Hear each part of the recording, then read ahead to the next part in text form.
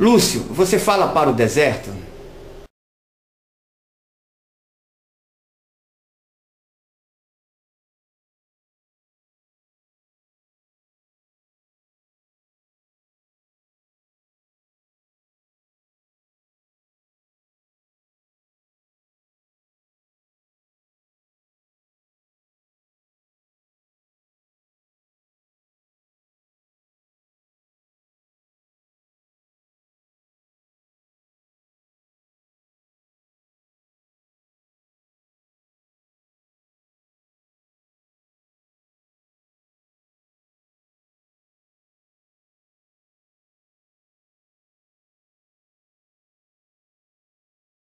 Você se sente numa guerra perdida, Lúcio?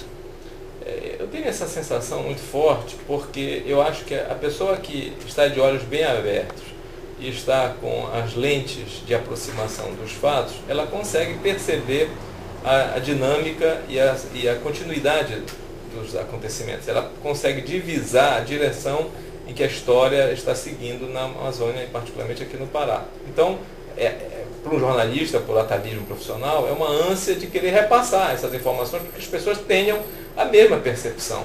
Ela não é fácil, mas ela não é impossível. O que significa desafiar o enredo dos dramas coloniais. O colonizado incapaz de perceber a história no momento em que ela está acontecendo.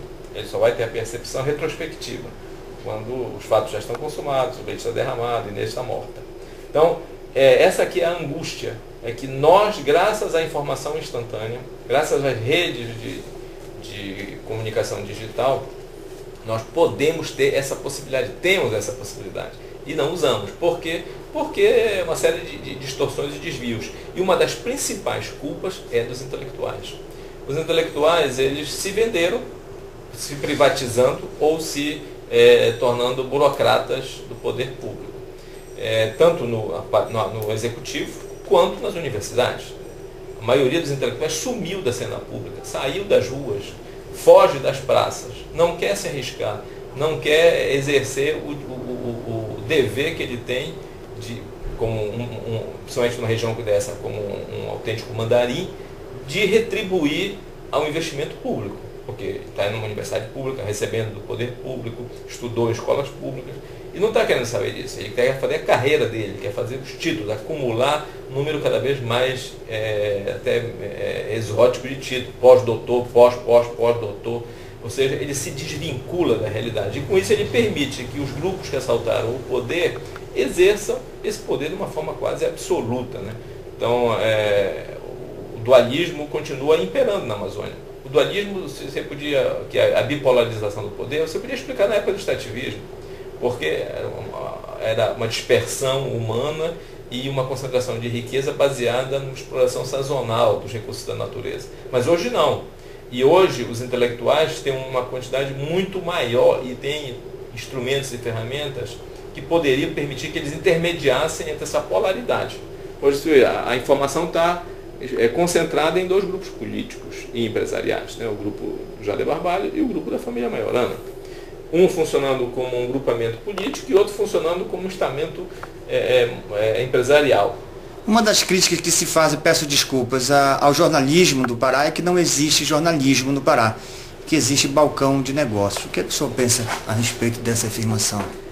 Vê o seguinte, na semana passada a imprensa gastou páginas e páginas registrando de uma forma geográfica a concessão do Prêmio de Mérito Industrial ao presidente da Companhia Vale do Rio Doce, que é a maior empresa em atuação no Pará e a maior empresa privada do continente e uma das maiores do mundo. Então não houve uma observação que não fosse o elogio.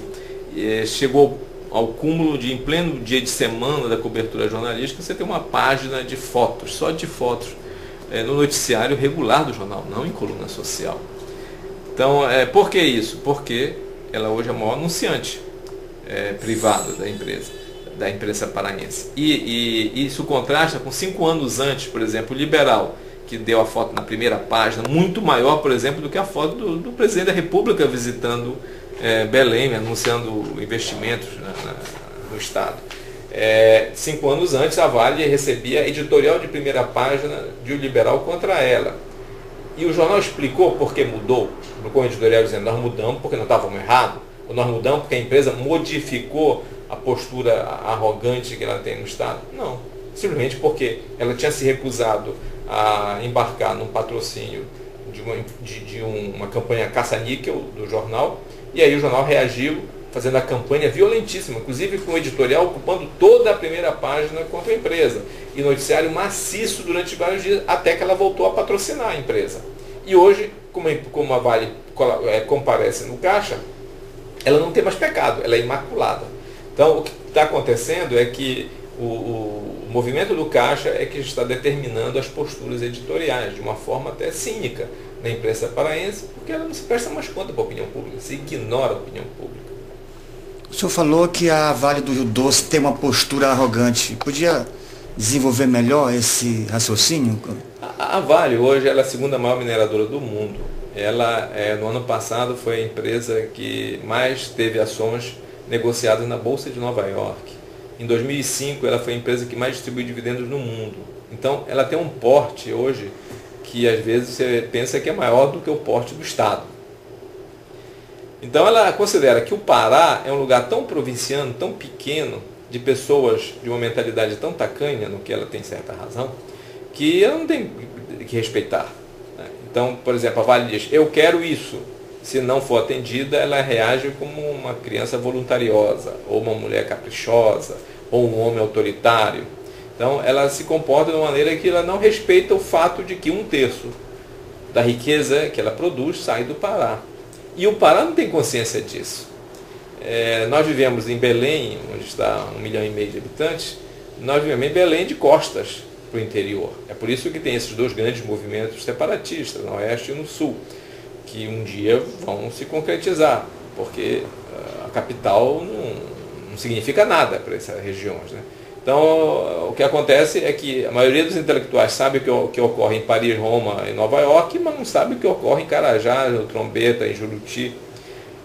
E com isso se desliga do compromisso e da possibilidade de participar dessa história. E é o maior investimento de capital social, é o intelectual. Então, eu vejo um panorama que contrasta com a importância crescente que a Amazônia tem no mundo. Não só a importância real, ela é uma das maiores produtoras de minério de ferro, a maior produtora de alumínio, a segunda maior produtora de alumínio do mundo, vai ser a primeira, a terceira maior produtora de bauxita, uma das maiores produtoras de alumínio, está entrando no campo do cobre no mercado internacional. Então, contrasta essa grandeza com a estreiteza da posição, do pensamento, das expectativas que tem a sua elite. Então, o pessoal nasceu de uma atitude de insubordinação, de reação, de não compactuação com as limitações da grande imprensa. Eu tinha uma matéria completa sobre o assassinato do ex-deputado Paulo Fonteles de Lima, 3 meses depois que ele foi morto, em junho de 87, embora ela fosse incontestável, tanto que nenhum dos personagens denunciados jamais acionou judicialmente o jornal, nem contestou. Apesar disso, eu não tinha onde publicar, então eu tive que criar um jornal para publicar.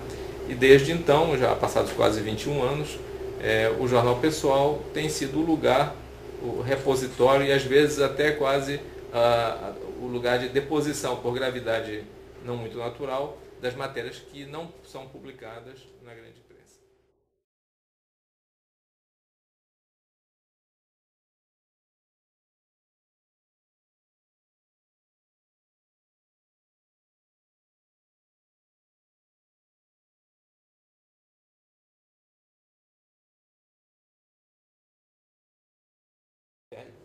Então, é isso que torna sábio. Então, o jornalista que vê muitas coisas, que testemunha muitos acontecimentos, ele desenvolve de uma tal maneira a sua percepção que isso o distingue dos outros que têm, às vezes, um aparato intelectual maior, já leram incomparavelmente mais livros, mas não conseguem perceber. E o terrível hoje da maioria dos meus colegas, sobretudo os mais novos, que eles não pensam assim.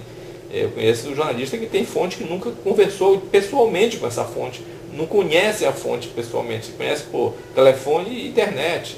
Isso não pode. Agora mesmo, a cobertura do encontro de Altamira de 2008 foi muito